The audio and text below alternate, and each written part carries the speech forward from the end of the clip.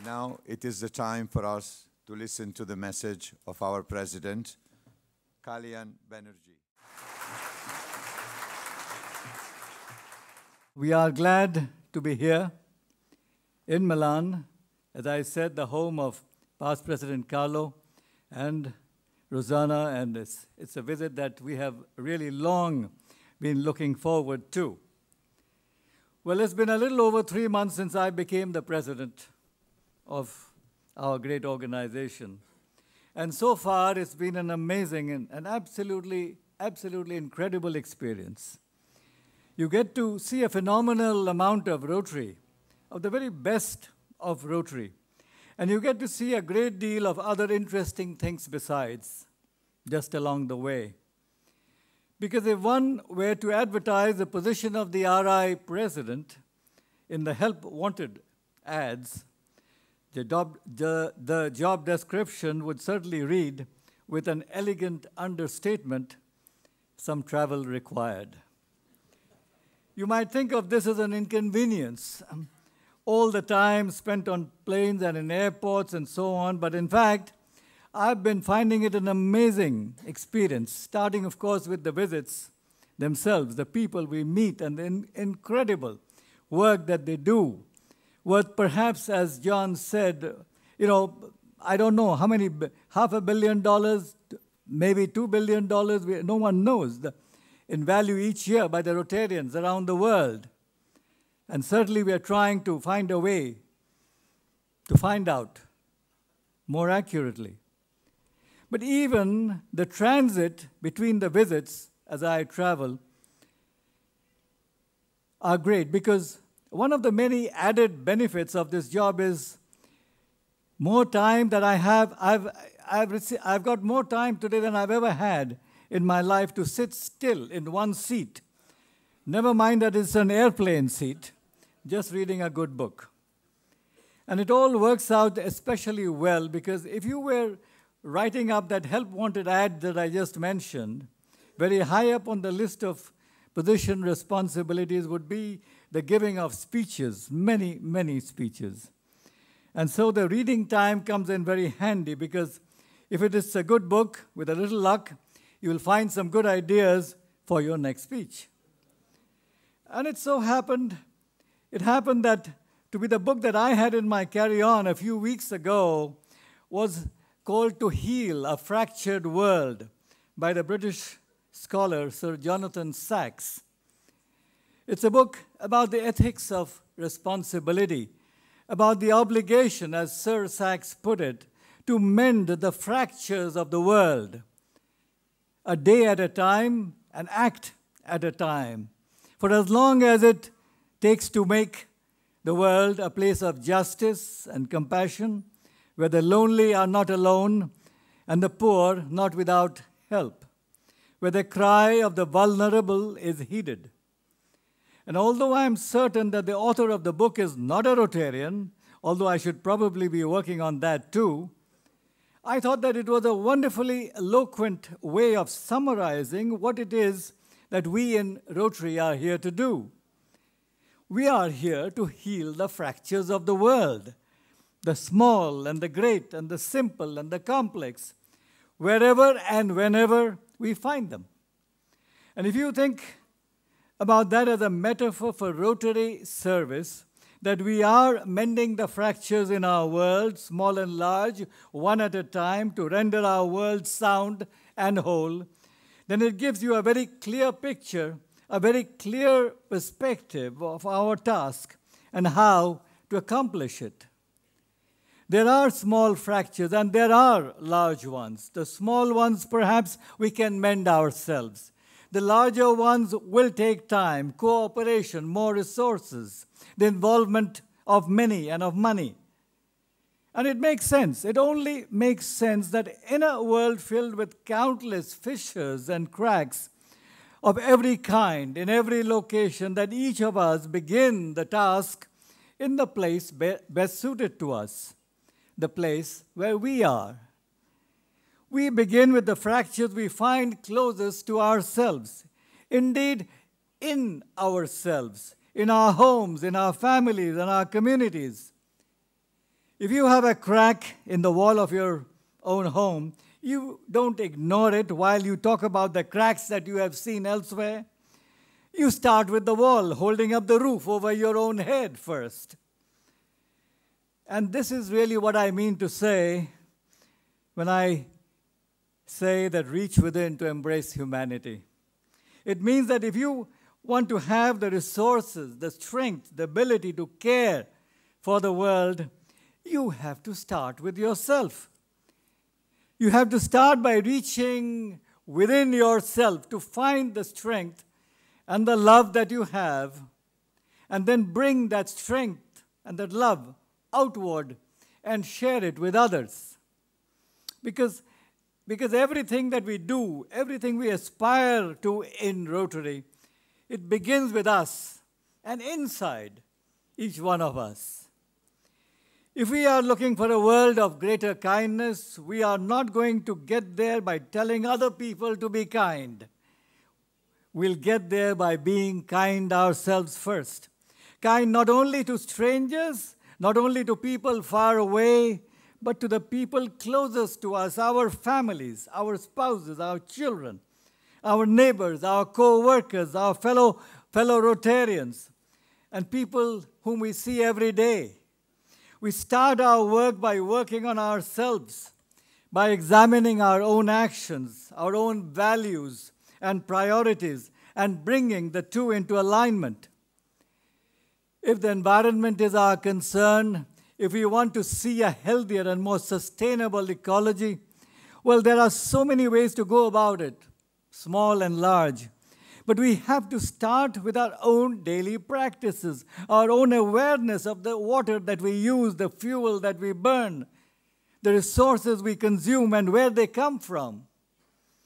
And so when I say reach within, what I mean is recognize that if we are to heal the world, to repair those fractures and those fissures, we have to begin by being sure that we ourselves are sound first. And that is why our first emphasis in this Rotary year is on the family, because the family is where all our goals begin. If we wish to see a world that is more joyous, we first have to make sure that the families of the world are more joyous, that they have the things that they need to thrive and move forward with.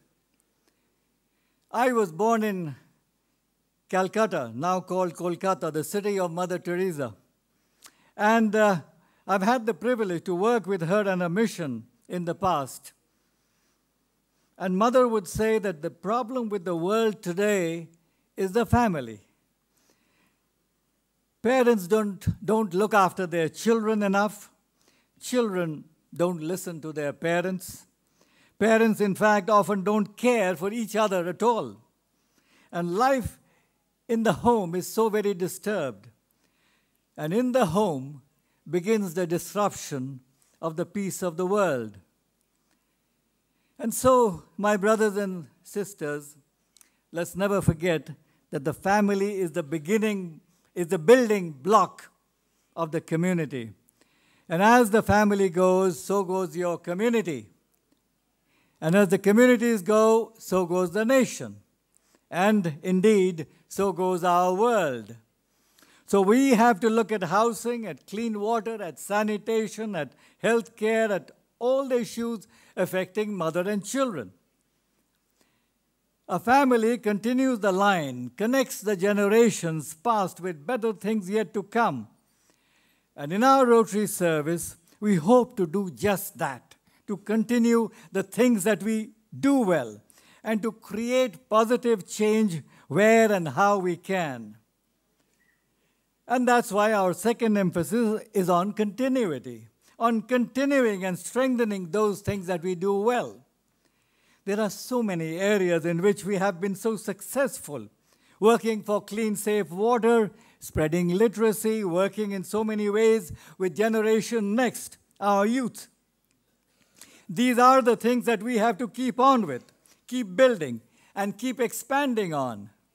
And of course, our greatest project, polio eradication, about which we have been hearing so much this afternoon, where we have kept on year after year, for so long, and where we finally are this close to the end.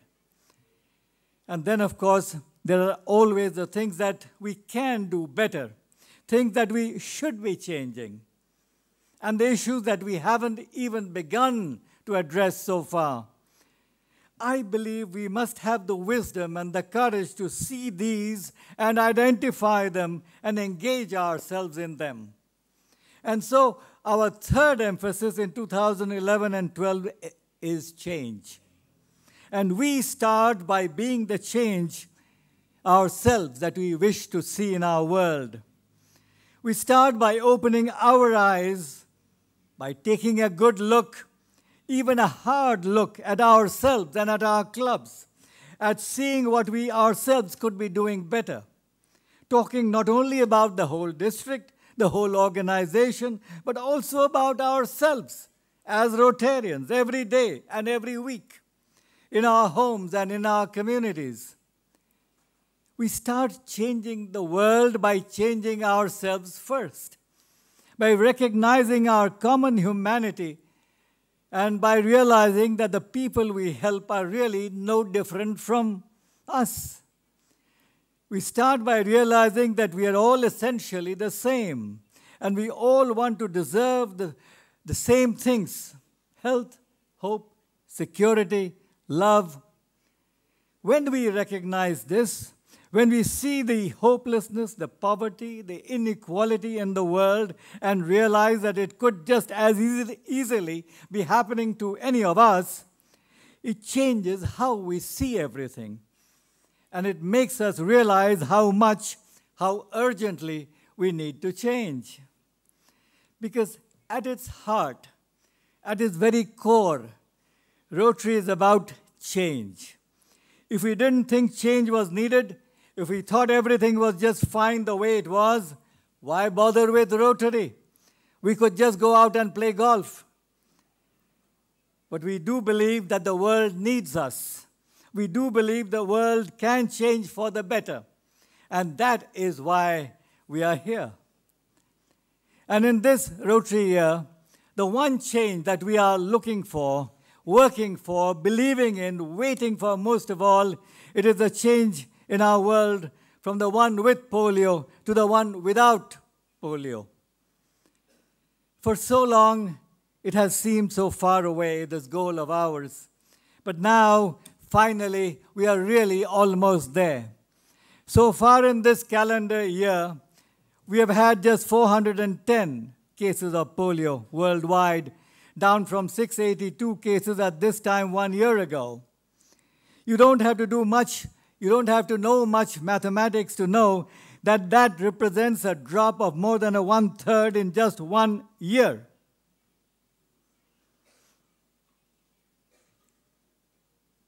A couple of weeks ago, we had the Indian Health Minister visit the world headquarters of Rotary for the first time, Ghulam Nabi Azad. He and we in India have been working very closely to make sure that polio is eradicated. And when he came to the Rotary headquarters for the first time that an Indian minister has ever come there, and the foundation chair and all of us were there, he went back totally moved. He was almost in tears. He said, I had no idea what Rotary is and what it does around the world. It made a difference. And I think it's going to make a difference to the rest of India in the coming months.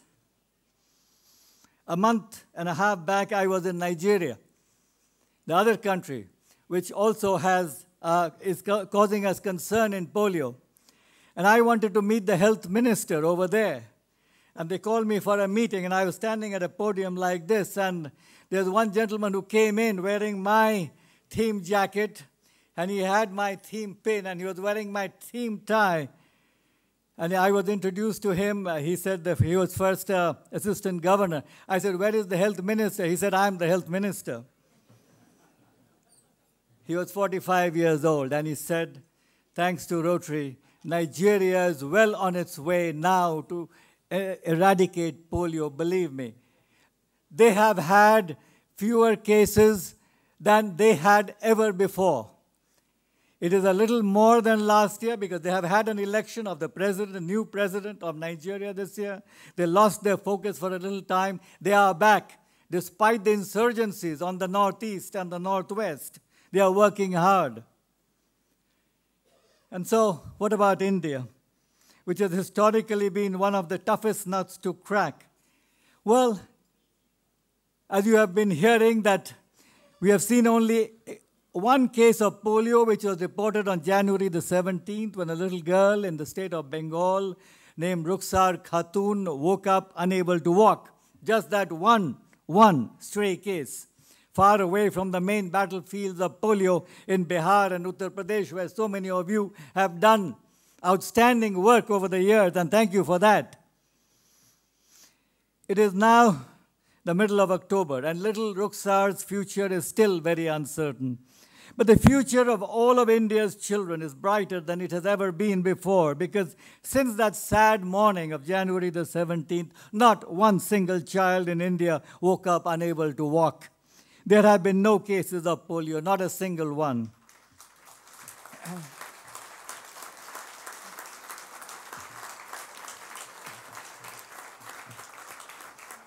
And just a few months ago, the New England Journal of Medicine published an article outlining the vision for a post-polio era. Post-polio era. Just let me pause now and let that sink in a little bit. That is accepted reality, that a post-polio future is nearly upon us. 30 years ago, such a paper would have been laughed out into the hall by the review board. It would have been nothing but science fiction. Today, it is where we are. It's where the world is. It's what we Rotarians have helped to achieve. And that's why His Holiness, the Pope, when he heard that I was from Rotary, his face just lit up into a smile. And he exclaimed, "Ah, Rotary." And I quickly told him how, with polio, we are working with other things, other areas, literacy, water, hunger, and so on. And now that this is so close to success, we in Rotary must begin to also plan our post-polio future. Because in just a few years, the world will be declared polio-free. And when that happens, for that moment in history, all eyes will turn to Rotary. Around the world, they'll be Googling Rotary and asking about Rotary and thinking that perhaps Rotary is an organization that they will want to be a part of. And we have to be ready for that, my friends, with strong clubs, active clubs, clubs that know who they are and what they are doing, clubs that are organized, clubs that have a strong leadership, clubs that are ready to take on the challenges of the 21st century. My friends, the day that polio will be eradicated once and for all, that day is very close at hand. We have to be ready for it. When it comes with a powerful Rotary, a Rotary of enthusiasm, of confidence, of bold vision, of clear ambitions. And I've been saying that Rotary needs to change colors. From its darkening shade of gray, we need to be going green, young, enthusiastic, futuristic, bold, current generation. Last year, that's what your District of Rome, District 2080, and Franco Arzano did. One of the highest growths in the world last year. Congratulations. Keep it up. Keep going. Okay, give him a round of applause. But what I'm asking you today is, what are you going to do to be ready? Because Rotary International is international. Yes, but its strength, my friends, is local. And that local strength is with you. You know, there is a lot of noise in our world, a lot of information coming at us from all directions. And too often, most of the noise is bad. We hear about the wars, the disasters, the economic gloom and doom, Greece today, somewhere else tomorrow. It's relentless. One could so easily develop a pessimistic view about everything and even think that it was completely rational. But part of our job in Rotary is making noise not about the bad, but about the good. We need to be talking, getting ourselves noticed, because I believe, and I really do believe, that people are not naturally pessimists. They want to see and hear about the good in the world. They want to believe in it and be a part of it. So why shouldn't they be a part of Rotary? Why shouldn't they act on all those feelings? Why shouldn't we all? At the end of the day, why are we all in Rotary? It's because we love it. It's as simple as that. We love the experience that we have in Rotary, the fellowship, the friendship, the good feeling that we get from helping one another, the feeling that we are making things a bit better, the feeling that we are being useful. And love, my friends, can only grow when it is shared. And so I ask you today to take that love that you have for Rotary and embrace it and share it with the newest generations of our Rotary family, so that your love will live on for generations and generations to come. Let me end this evening with a story about my favorite person. Some of you may have heard me tell this story before, a story about Mother Teresa and her work in Calcutta.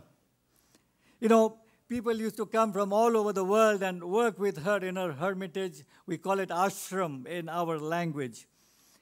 And stay with her for a few days. Very Spartan life, food very simple, vegetarian every day. And they would go to the villages and work with people, the leprosy afflicted and so on, come back. There was this group from America of about 15 people who had come in, men and women, and they worked in the villages. And came the day when they had to go back home. And they came to her and said, "Mother, give us something that we can take back to our home, some message, and tell our people when we go back home." And Mother said, "Well, you know, smile. Smile at your neighbors. Smile at the world. Be happy. Make other people happy. You know, smile at your children. Smile at your neighbors. Husbands, smile at your wives. Wives, smile at your husbands." And one young man in the group was a little bit flippant. He said, "Mother, it is obvious that you have never been married." And Mother came back to him in a flash. He said, "Oh yes, I have been married, but I find it very difficult to keep smiling at Jesus because he asks too much of me." My brothers and sisters, Rotary does not ask too much of you. All it asks is do what you enjoy doing, do what you love doing, do what gives you pleasure doing, do what makes you sleep better at night, do what makes you feel that you are a better human being. Good luck. God bless you all. Thank you.